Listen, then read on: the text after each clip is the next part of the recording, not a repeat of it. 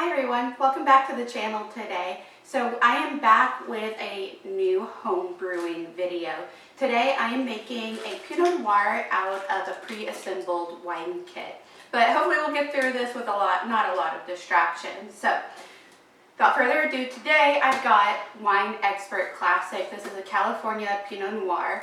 It is a blend of Pinot Noir, so this isn't going to be like a single origin. It's not going to be from a single vineyard. It's likely sourced from quite a few different places and blended together specifically for this kit.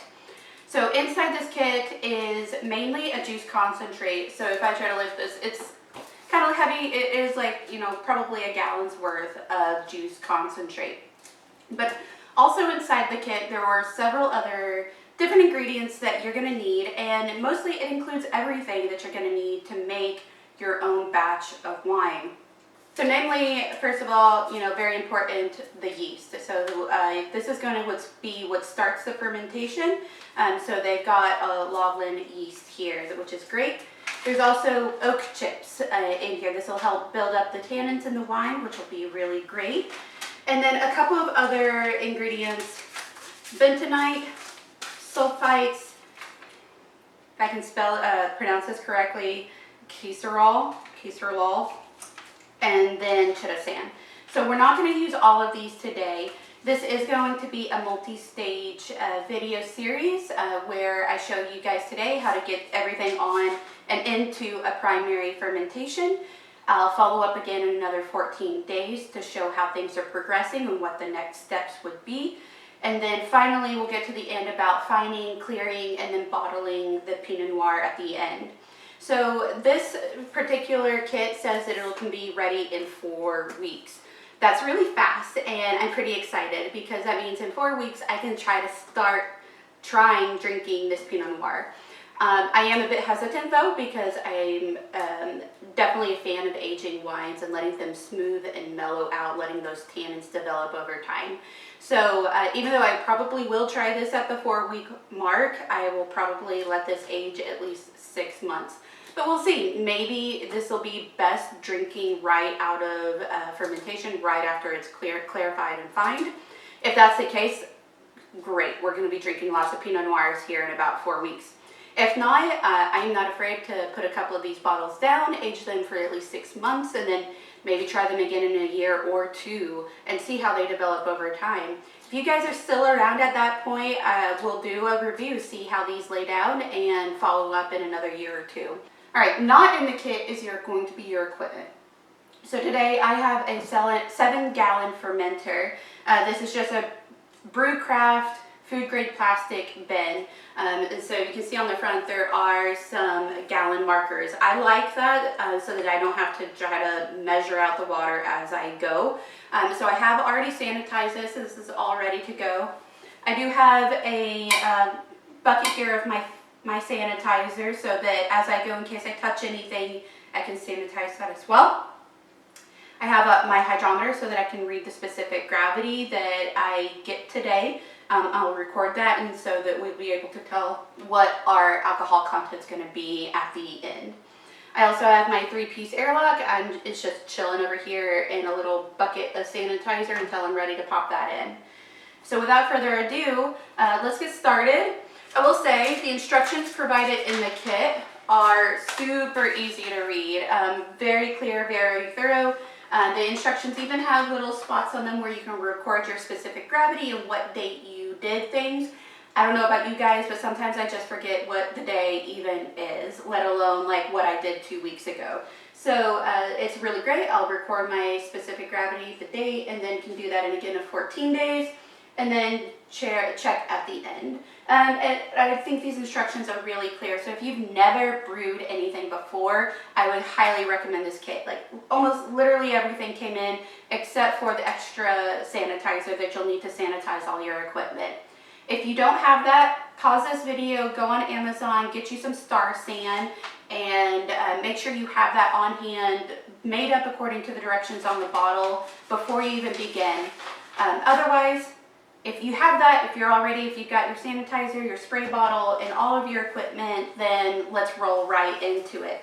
So if you take a look at the instructions, then it says, clean and sanitize all the equipment. That's super important. We don't want anything being contaminated with any bacteria that might be in the air, on your hands, if you're breathing on something. So we don't want to make sure that this is completely food safe, and that if you do decide to age this for, 6 months to 2 years, that those bottles will still be good. Otherwise, even at the end of 4 weeks, you might see that something has gone wrong, likely due to contamination. So the first step is that we're going to pour 8 cups of tap water into the bottom of our primary fermenter and stir in the bentonites. I've got my 8 cups of hot tap water and a sanitized spoon. So I'm going to take the bentonite and dump it into my bucket and stir it in real good. So I'm just pouring this in, and it does absorb like a ton of water, so I need to stir that pretty good to get it all dissolved. Next on the list, it says pour the contents of the juice bag into the primary fermenter, and then rinse this bag with water, and then add that too. So in the next step, it says to fill up to the 7-gallon mark. So I'm going to go ahead and try to get this into the bucket. It is a bit heavy for me, so please, so laugh if you want to as you watch me struggle with getting this into the bucket, and hopefully I don't end up spilling it all over the counter.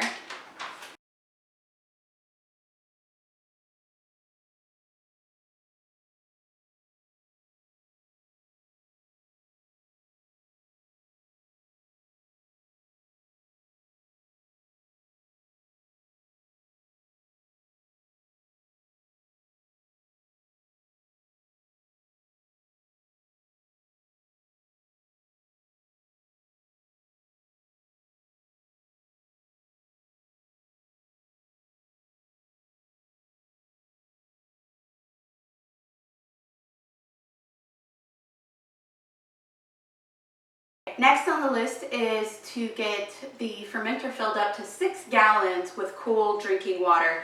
So I'm just going to use a food grade hose here and take it straight from my refrigerator. It's nice and filtered, so hopefully it'll get out any sort of like residual contaminants that might be in our drinking water. So I'll go ahead and do that now.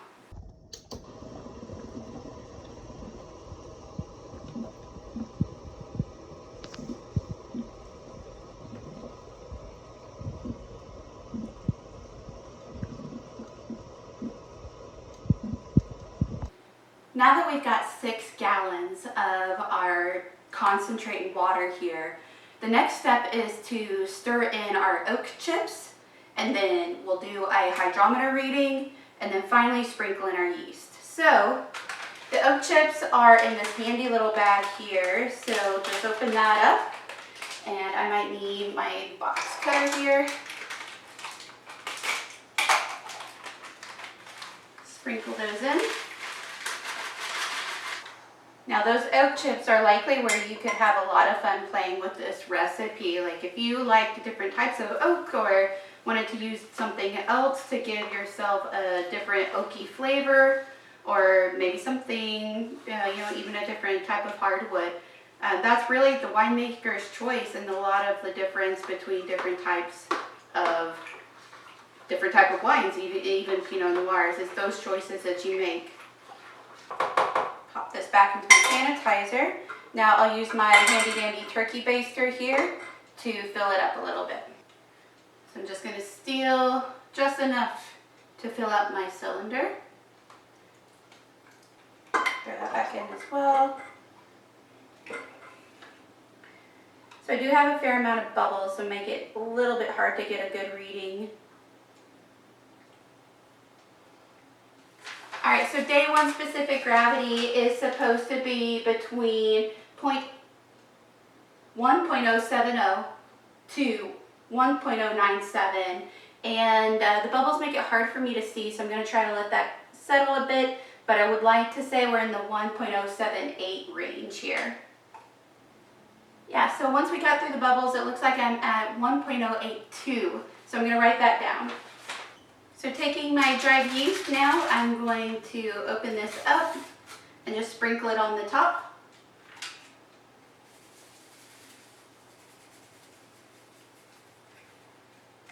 Looking great. And so the last thing to do is just pop the lid back on, get our airlock in here, and stick this in a decent closet. Now downstairs in our basement, it's probably like 55 degrees right now, and that's a great place to maybe store our wine, but I don't want to put this here for fermentation. I'm going to leave it up on the main level where I know the temperature is going to be between 68 and 70 most of the time. We do like a little bit of a cooler house, especially at night when we're sleeping, but up in the day it could get up to 71, 73, which would be ideal temperatures for this wine. So that'll be it. It's going to hang out in our closet for the next 2 weeks, and I will show you guys what to do in the next video at day 14, those next steps to being on our way to some beautiful Pinot Noir using our Winexpert wine kit. If you like this video, be sure to click like, subscribe, or leave a comment down below. Our homebrewing videos are typically some of our most popular, but we can't homebrew all the time. So stick around. If you see gardening videos, if you see travel and hiking videos, don't unsubscribe. We'll be back with homebrewing videos as we're able to do them. If you want to let us know what recipe you'd like us to make next time, leave that as a comment below. It'll help encourage us to keep making these types of videos. So thanks for watching. Hope you enjoyed, and we'll see you in about 2 weeks. All right, bye.